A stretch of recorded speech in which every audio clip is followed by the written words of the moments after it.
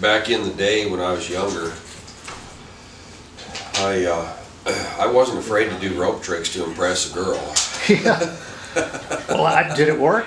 It actually did, yeah, because more often than not, I wasn't the best looking guy there, so I had to have a gimmick of some sort, or I was going to end up not having anybody to dance with all night long. So, Well, tell me, when Cindy Neal approached you with the idea of doing a film about you, what was your reaction? well, you know, interestingly enough, because I knew her and I trusted her, and we'd already become friends, and she'd been to enough of my clinics that she had a pretty good idea of what I did and what I was about.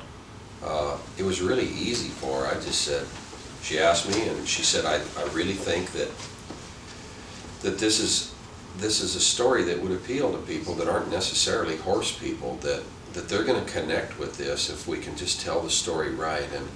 And I just so want to share this with everyone, not just the horse world. And she got done with her pitch, I guess you'd call it. And I said, well then, why don't you get after it? And of course she looked pretty surprised and looked like she'd swallowed a fly about then. So then she thought, oh my gosh, now I'm actually going to have to do it. But she did a great job, and it wasn't easy to do, because you see, she had to film this as if she wasn't there. Right. Because I told her, I said, my loyalties lie with the people that have been with me all these years and riding with me, and so I can't change my clinic. I'm not going to do it any different in a way that I might come up short of what their expectations are. So I said, you have to find a way to film this to where you anticipate what's going to happen, and you'll have to move the camera to get me doing what I do, because I'm not going to position myself perfectly for you, because that's going to detract from what I'm doing. Early on, there'd be times where something particularly important would happen with a horse, and what that means is sometimes there isn't a lot of action to it. It's a nuance, it's subtle, but it was important to me that people would see that, and once in a while I'd look at her early on and I'd go, did you get that? And she'd go, yeah, and you'd think, no you didn't.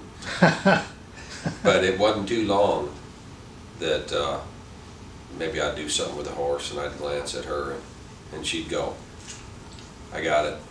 So she got up to speed pretty quick.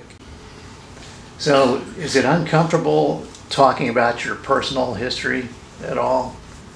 No, not really, and I'll tell you why. Is because I found early on in the clinics that people would come to these things and they would be intimidated, because they obviously knew who I was, and you know, my reputation maybe caused them to feel a little uneasy and intimidated and anxious, and I really wanted people to realize that I'm no better than anybody else. I'm just the same as everyone else, and I found that sharing some things about myself and how I got to where I am was in a way disarming to them, to where they trusted me enough that they would kind of share about themselves as well.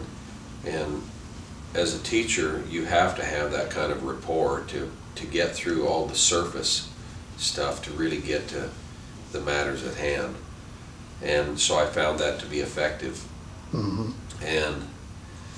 And I found that in sharing those vulnerabilities about myself with people, that they appreciated kind of where I was coming from and why I had so much empathy for the horses.